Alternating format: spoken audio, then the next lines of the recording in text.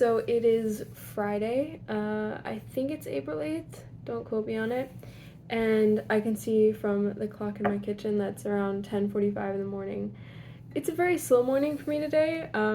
I haven't done anything yet except wake up, talk to my roommates for a little bit, and read the newspaper. I made this coffee, but it's probably the worst cup of coffee I've ever made because I ran out of beans for one thing, so I used up my last few beans, and then I thought the water was hot and it wasn't. So the water was very lukewarm going into my V60, and this is what I get: a little watered down, lukewarm cup of coffee. It's okay. I heated the water up, and then this is more water. Oh.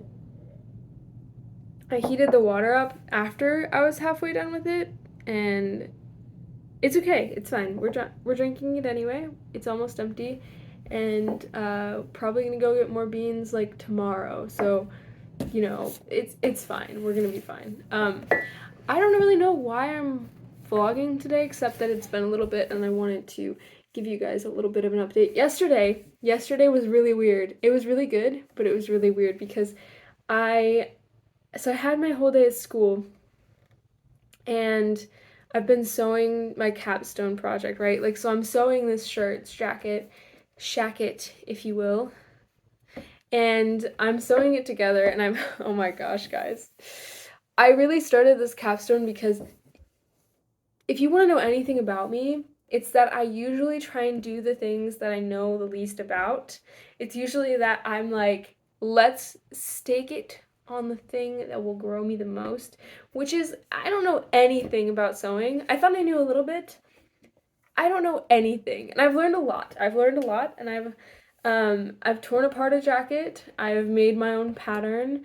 I've decided that the pattern wasn't good enough to actually make right now, and I'm adapting an actual pattern for a shirt jacket so that it fits what I have in my mind and we can get a good result. I also realized that I absolutely despise the fabric that I chose. I hate it. It's a really gross color. It looks like a Renaissance fair costume, but it's okay. It's too late now. I need to just stop telling people that because it's not fun to be around someone who's complaining. It's okay. I will see how the end result looks. And if I want to, and I've been thinking about this for a little bit now, if I want to, I'm just gonna put it in a, bucket and dye it a different color at that point, And I guess like it's never gonna fit what's in my mind because I couldn't afford mushroom leather. I couldn't afford mushroom fabric. I had to use polyester, and it is better, in my opinion, that I've used an artificial suede, rather than an artificial plasticky like film. I I was gonna go with more of a pleather vibe, but we're just gonna have to make some really good drawings of what I wanted it to look like. That way people can get a sense, the essence behind it. Um, all that to say, yesterday was really weird. The past few days have been very fun, but fast. I feel like everything is going so fast, and I have less than a month till graduation. So less than a month till a few things in my life change. I'll be moving out of here in this apartment in a couple of months. So honestly, I would love to keep vlogging and stuff through all of that. I still have my killer desktop computer. I can still edit videos. I haven't been because of capstones. Maybe I wish I could use it more as like a stress reliever. I wish it wasn't so hard to make and edit videos. Maybe that's why TikTok and stuff are so interesting and accessible for people, because like it's so convenient to just turn on your video and just boom, knock it out. Podcast even easier because you don't have to worry about looking good enough or setting up the camera. But like I like the hard part of like setting up the camera, staging everything. Not that I'm always doing that because sometimes life happens and you just gotta film what you got. Don't ask what that was.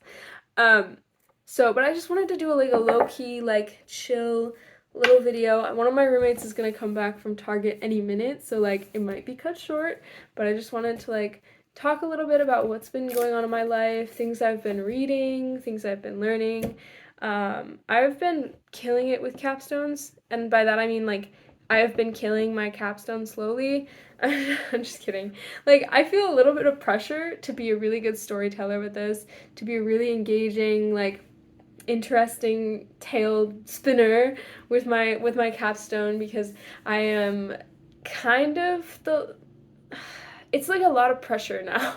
I'm the last person to present, and I'm like, it has to be good, it has to be professional, and it will be. It's not there yet, but it will be, and I think that's important to remember. We have a few more weeks to put things together, and yeah. But anyway, yesterday, I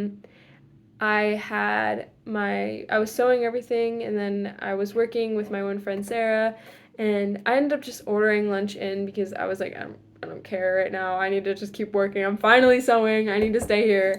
And so I got some Chick-fil-A for lunch because there's a Chick-fil-A right down the street that just opened. And like so I ate the Chick-fil-A for lunch. We were having like a really interesting conversation, really good stuff. And here's another thing that I really actually do want to talk about. So I found out about this thing called the Cedarville Interpreter. So if you guys didn't know this, I was at Cedarville for 2 years and getting all my gen eds out of the way. And technically I'm still a Cedarville student, and I will be graduating through Cedarville University in about a month. So I will be back on campus walking, and maybe I'll see my cousin between now and then. I feel so bad. One of my cousins is a sophomore right now, and she might be watching this, but hi Megan, I'm sorry I didn't come visit you more or invite you to more things. I don't know if you knew this, but design school is really hard. It's really intense. But yeah, so what was I saying with that? Okay, so I found this website and this like publisher not company, but someone publishing articles called the Cedarville Interpreter. So they have like this really interesting take. It's a hot take, I think. Except well, maybe not. I don't really know. Haven't really spent enough time with it to figure that out. But basically they're like breaking down where their differences in ideological, political beliefs from Cedarville. Guess what I'm also reading right now?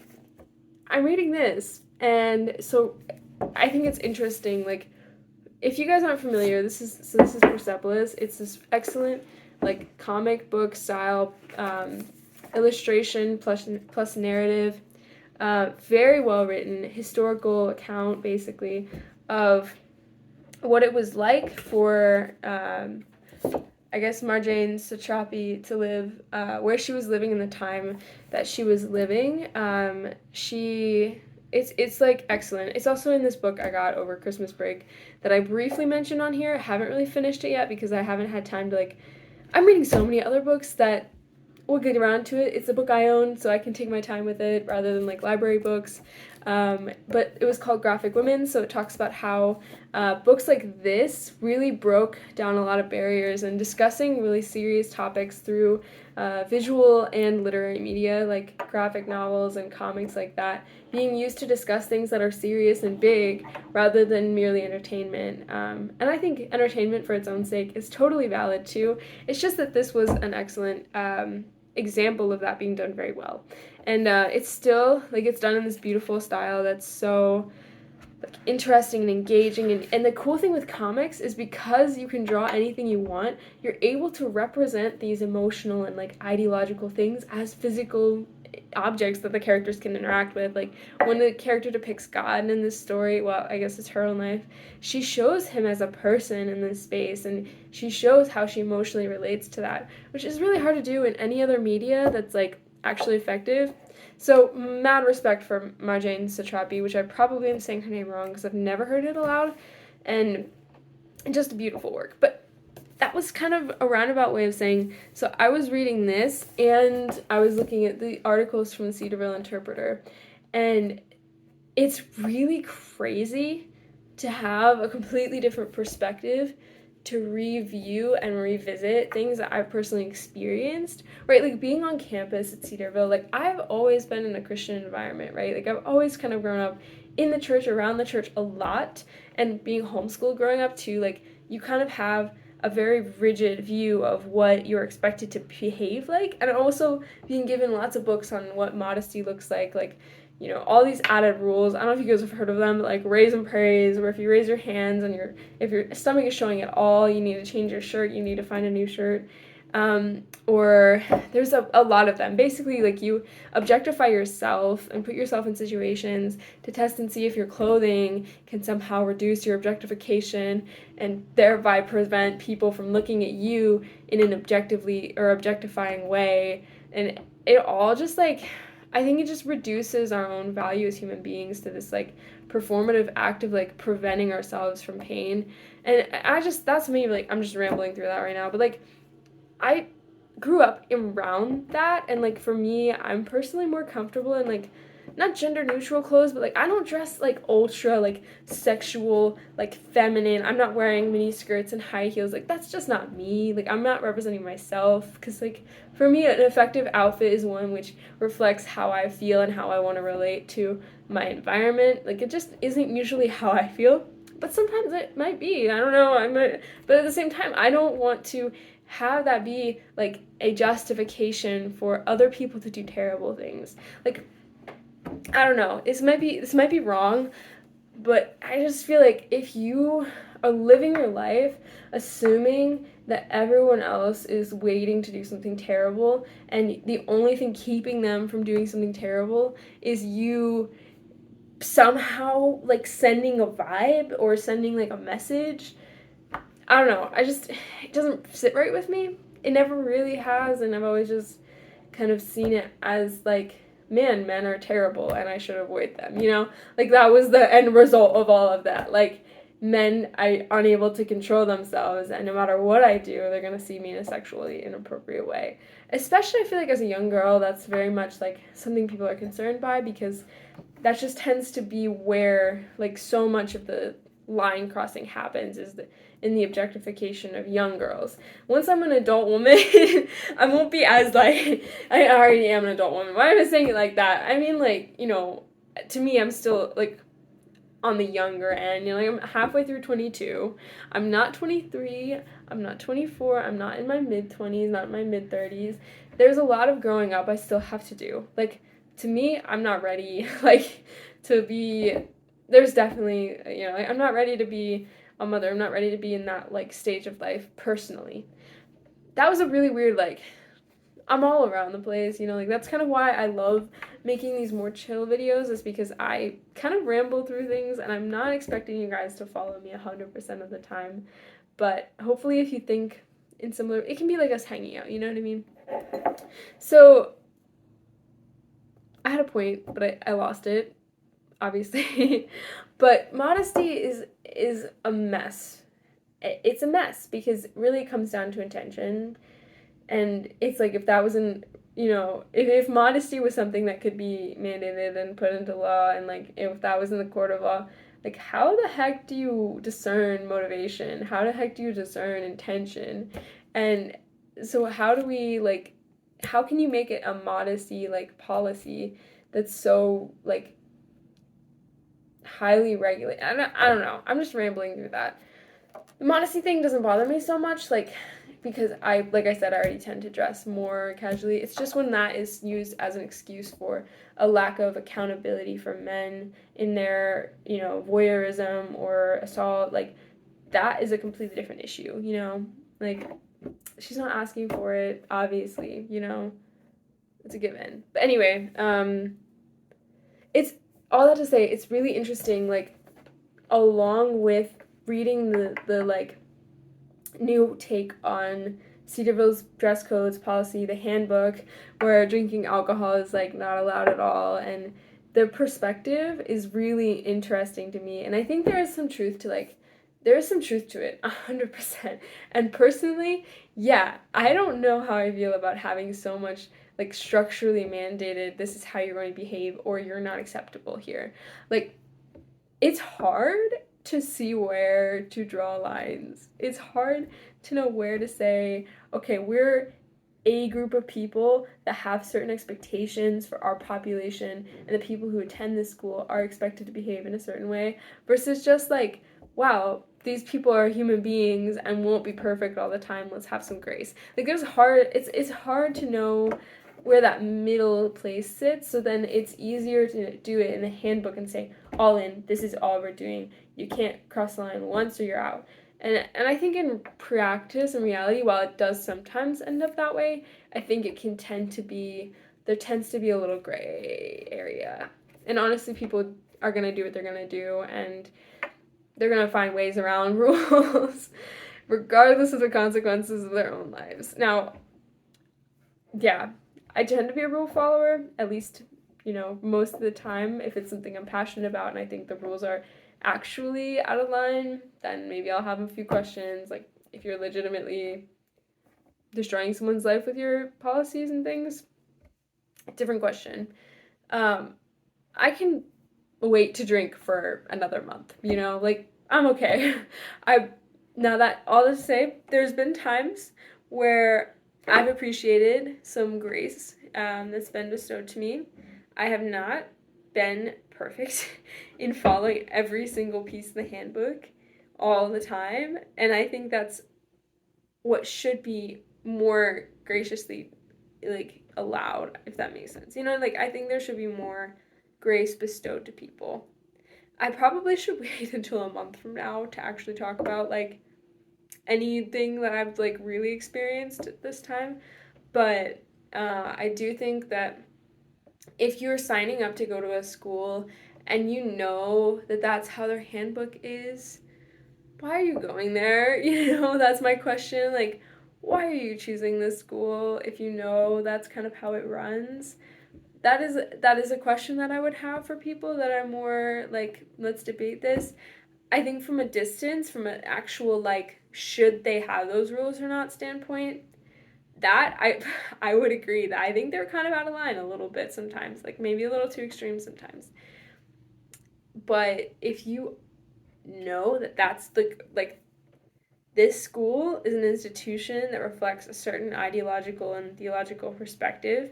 And I've discovered a lot of myself, like, along the way. I've discovered that I don't agree with every single piece of that, especially last year and in the past couple of years, having a little more distance from it, especially being sent home from COVID or for COVID. Like, we had half a semester rather than a full semester, so I was only on campus for a year and a half, more or less, maybe a year and 3/4 if you want to be technical.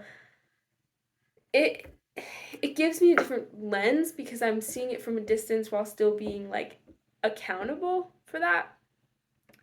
I don't know. I don't know if my perspective is even relevant to this, but reading Persepolis and seeing the ways in which the religious institutions at that time, being in government, being in ownership, and having these really strong responses. Like, I just finished a chapter last night on dress code, basically. Like, she's talking about, so the girl, Marjane, I guess it's Satrapi, was walking down the street with like these clothes that she got, right? So she's dressing in like punk jacket and really like punk, quote unquote punk, and not really punk, just jean jacket and like Nikes.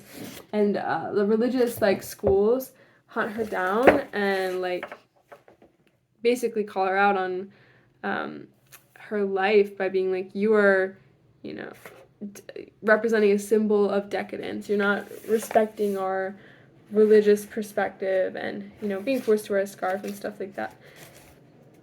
It just reduces your individualism. It reduces your I won't say humanity, but like your individualism and your right too. I think in a way, dress and clothes can be an aspect of freedom of speech. Because to me, like, clothes say something, images say something. Everything is saying something, but that's probably it might be a little bit of a stretch.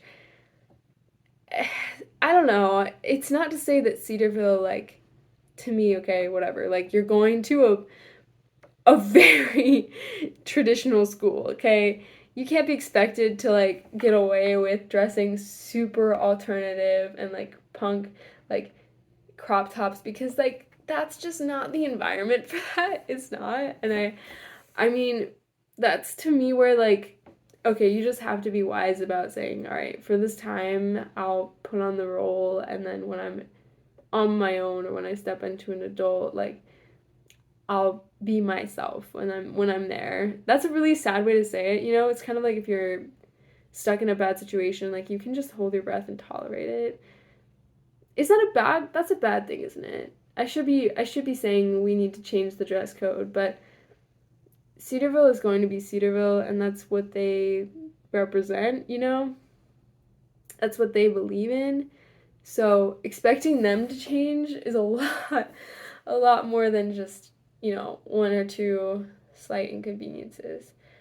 And I'm all for, like, I think they do probably need a little bit of a push towards more modern perspectives on things, but I also think there's wisdom in just saying, I'm gonna save my energy for myself. I'm gonna save all the energy that would be wasted on trying to change someone who doesn't want to change. And I'm gonna spend that on making myself happy. I'm gonna spend it on reading the things that I enjoy. And it is important, I think, to think critically and analyze like how an experience has affected you. I think if Cedarville was how the government was run, it would be like this book, you know what I mean? Like if and that's any religious, institution. It's really weird having religion and like some sort of formalized education melding together. Like, it does get kind of messy, because how do you, like, there's no real like space for people to express themselves because there's an expectation to be this certain kind of way. Like, when you go to a school like that, you are supposed to play the cookie cutter role in at least the time that you're there. You put on the outfits, you put on the fake smiles, you put on the what have you been reading in your Bible today? But I don't think it reaches the kind of point where they hope it reaches. Like, they want it to be like this spiritual changing experience where, like, you recognize yourself as a sinner for the first time, and all of a sudden your convictions and things shift, and like all of a sudden you are like loving people better, and you're growing in maturity, and you're serving in people's spaces. Like, that's not really the outpouring of superficial change. Like, you don't get the outpouring of love and unconditional grace, and you can't, like, it doesn't reach, like, you can change what you're wearing, it doesn't change your heart, like, you can ask the right questions, you can say all the right things, but if you're not changed on the inside, like, what is the point? Like, what is the point? And I want I want there to be more space for legitimate conversation on issues that people are actually facing. That's what I think would be helpful, is like, instead of making it here's what we believe, don't question it, making it like, here's what we believe and here's why we believe it. Let's talk about it. Do you disagree? Without it being like you're in danger of getting kicked out if you disagree. Like, that's what it is. Like, you can't ask those questions. Even yesterday, I said something to my roommates and I felt like, oh, am I about to get like lynched? Like it. And I'm not even on campus. It was just an opinion difference that, like, they were talking about someone they really respected, who I think pretty much aligns exactly with Cedarville's like perspective and policies and things, like that side of Christianity. And I was just like, someone being confident doesn't mean they're right. And then I was like, I'm not saying they're wrong because I don't really care to know, but it's not that I don't care to know. It's just that I'm a little occupied, and there's fights that I'll save for after I'm in them. Does that make sense? Like, I'll engage with those things when I'm no longer at risk of my own isolation. Like, I'll read those, I'll listen to that teacher that they love and I have a bad feeling about. I'll be more interested in that kind of conversation when the dialogue and the interactions aren't at risk of becoming destructive to current relationships. I think it's always important to be able to have those kind of conversations, and I love those kind of conversations, but I'm ill prepared for that, and I don't think I have the emotional bandwidth to handle the level of interaction that would be. It's okay to not agree with everything that someone says and still have some things you agree with. I don't have to like everyone to still say we have a decent bit in common as human beings, and especially once you get into that niche, like not super niche, but you get into the niche of like Christianity, it does bring a lot of things into light like you have in common, but there can also be tons of things you disagree on. And those things can exist together. Like there's space for that dissonance to resound, you know. There's spaces for these contradictory realities to coexist, I think. I think. And I think contradictory maybe not the best word, but like complementary. I don't know. If that does that make any sense? What I'm saying is like I can agree, I can disagree agreeably. You know, like I can recognize we don't agree on everything and we can still be friends, you know? That, does that make sense? We don't have to agree on everything to be buds, is what it comes down to. And I honestly hope we don't, because I don't need another one of me to be friends with. I'm good. I got myself, you know? And I want to be able to think with you. You know, if you can think with me, if you can talk with me about what you think, we're gonna be good. And if we're allowed to disagree on things without you seeing me as less of a Christian, even better. Even freaking better. Because I don't think there's one way to be a Christian, you know? I don't think there's one way to be a woman either. Like I don't think there's one way to be in a healthy relationship. If you're in a healthy relationship with someone, that can look wildly different depending on the person. And I kind of get irked by like I hate to use the word, but like fundamentalist Christian ideology tends to see a highly constrained perspective on what is permissible to be in a romantic relationship. And I am very much a like Bible believing person. I have a Bible minor. I love learning about the Bible. And I 100% like believe that the words are true. Now, I think there's wise and unwise interpretations of that truth, and I think that for everything, you need to be asking all the right questions, like who is this actually from? Is this from the Bible? Is this from the traditional, like, God's perspective on it? Or is this American Western culture projecting its values, especially, like, the traditional American, like, white culture, projecting its values onto the words themselves, changing the meaning, changing the context in which it exists. Obviously, the context has changed. That's not a question.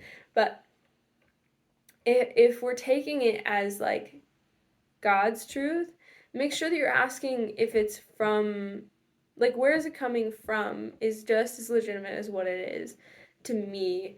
Because there are people who have bad intentions for how truth is interpreted. They want things to be interpreted in a way that gives them power and forces subversion to other people. Like, there's a reason that the Bible was used and abused to promote slavery. There was a reason the Bible is used and abused to promote the subjugation, is that the right word? Of women. And I'm not, I think that there is a wise interpretation of that reflects the value that God has given uniquely to men and uniquely to women without it being this hierarchical, like, servant and master level relationship of woman to man. I 100% don't, like, I don't think it's a universal thing that women are beneath men. I think when you're in a marriage relationship, you have to figure out a dynamic that's helpful and productive for you. And I only think that really applies, like, the verses that are talking about marriage, the verses that are talking about how marriage interacts with men and women, those are applicable to marriage, not to all women and all men in general. I think that's where some people can get a little off track. I don't know. That's a random other opinion. But reading the Cedarville, like, um, oh my gosh, I can't, interpreter, I think is what it's called, has been really interesting in getting to see, like, wow, someone else thinks similarly to me. I don't always promote everything they say, but I think for a wider, like, Christian perspective, I think it's healthier than trying to bring Cedarville into your life. You know, Cedarville is a time in your life. For me, it's a time that's temporary, and it's not something that I will keep with me. But for some people, the institutionalized, like, dress code, modesty, expectations for how you're supposed to interact with your peers, all of those things that were pressured on and given, you know, a certain amount of like weight as your time at school, those things, when they carry them out of that context, can be very detrimental, I think, for a larger society. That to say, like, you can't expect the world to, I say the world, I mean the entire world, including Christians, including the church. I'm not saying that as like, because we can talk about the church and the world as separate concepts. The church exists in the context of the world, and as human beings that have to interact with other people and other human beings, we need to find ways to do so in a way that is loving and productive, rather than this hierarchy of I'm superior because I have something you don't. And I don't really know. Like, I love God, and I love the Bible, and I love Jesus, and I love so much of church history and so much of where, you know, how we got where we are now. But there's a lot of things that hurt, you know? It's just the same as like being an American citizen. Like, I can love things about America and not love everything. Like, those two things can coexist. Like, I don't have to be I don't have to point out facts.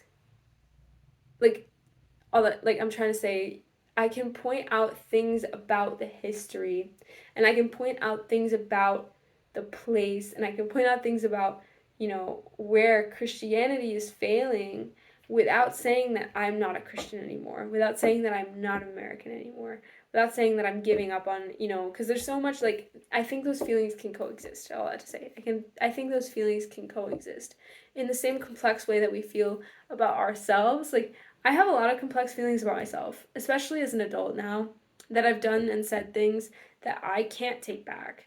That I can't just be like, oh, sorry, I didn't have my nap time. You know, because I know better now. I'm an adult. And I have to have this, like, grace, but also this realism. Like, it has to be grounded truth, you know? Like, love without truth isn't meaningful or productive, but truth without love is just as harmful. And I think that's what it comes down to. End of the day, truth without love is what Cedarville tends to perpetuate. Tends to. Tends to. And love without truth is what, you know, like, acceptance without truth is what the other extreme could be. And both are so unhelpful. You know what I mean? Like, both are so unhelpful because, like, if I want to be loving to myself, I'm not going to only eat things that feel good to me, you know? And I love salads too, like, so those feel good to me sometimes. What I'm saying is, like, I'm, by loving myself, I'm taking care of myself. By loving myself, I hold myself to a certain standard because I know that it's good for me. The same thing with, like, truth and caring about things and knowing about what's going on in the world. Like, there is a point where it's like I have to have truth with love because I have to have grace for myself. I have to have grace that I'm a human being and I exist in a world that's really destined to destroy all of us, you know? And how do I enjoy my life without it being so focused on solely that? Because to me, and this is maybe just where I'm at right now, any extreme is, you can learn from it. You can learn a lot from it. I think they have their place, but extremes are unhealthy. And flipping the extreme doesn't make it better, right? Like, if your parents are raunch, like, hate alcohol, will never let you drink, and your reaction to that is your hatred for your parents and disrespect for them, to say I'm only going, like, I'm going to drink all the time and I'm going to, you know, destroy.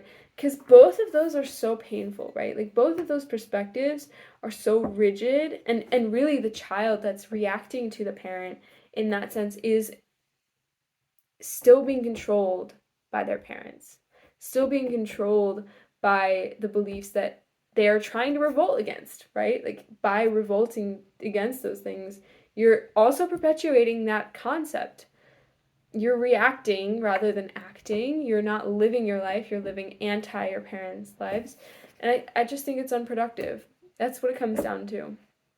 This isn't really what I meant to talk about so much, but I think it it was helpful for me to think through, and I hope I made a little bit of sense because I can tend to be thinking in my mind, but the words don't always come out as good. I was gonna share. I'm reading Audre Lorde right now, and I'm almost done.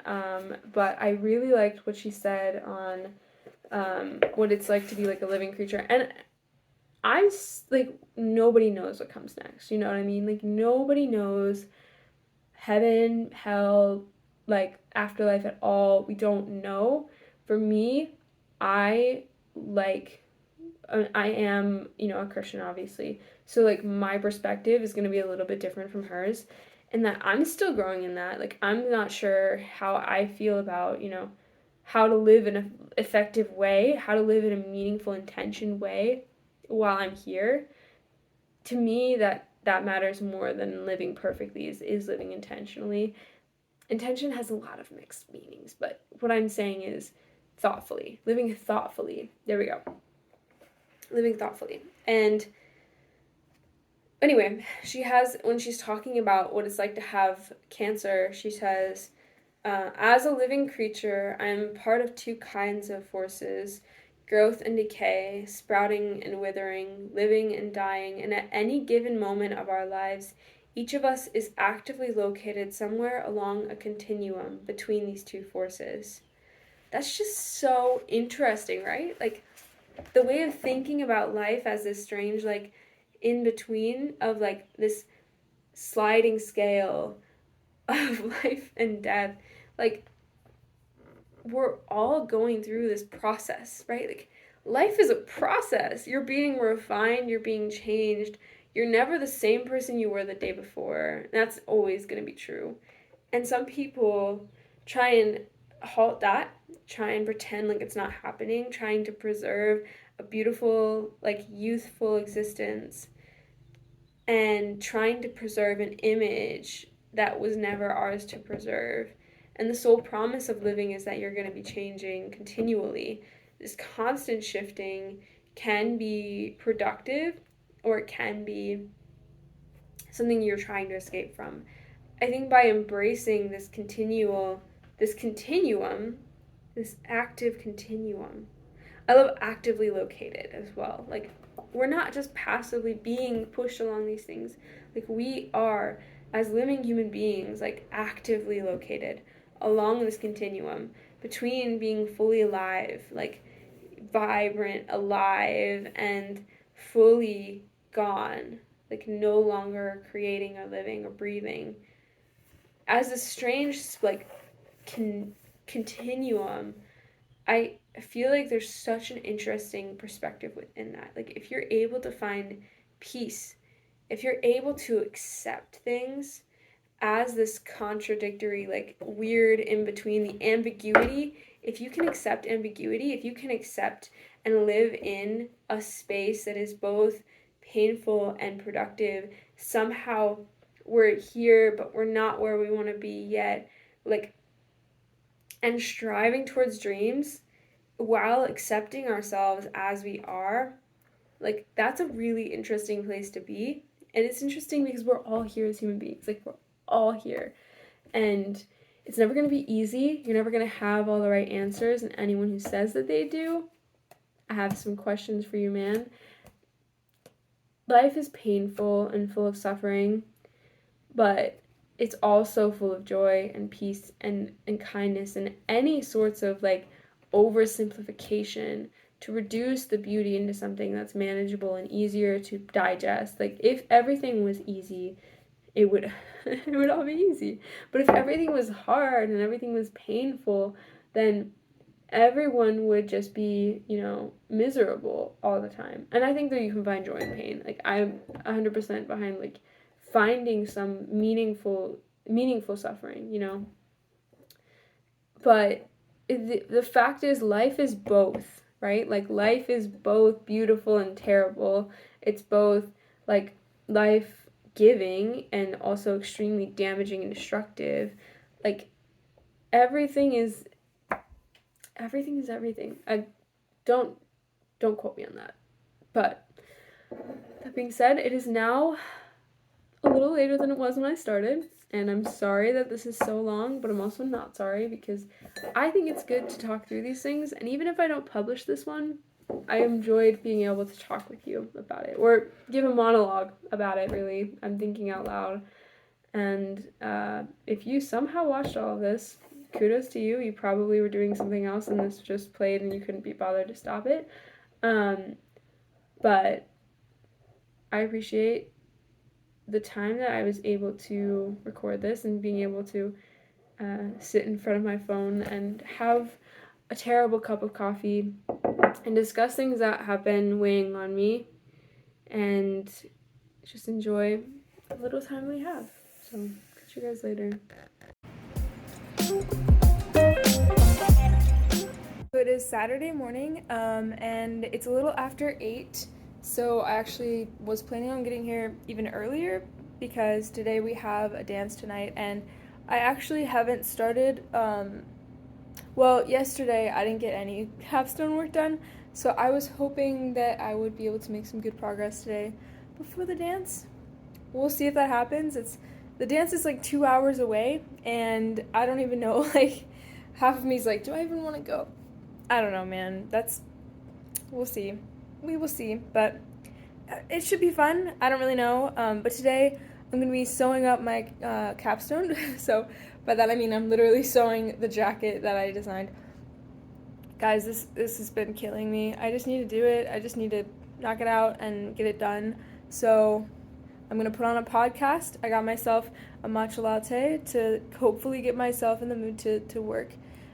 Force myself to come in here, and we're going to make it happen. I think I'm the only one in the school right now, which I'm not surprised. It's only like 8.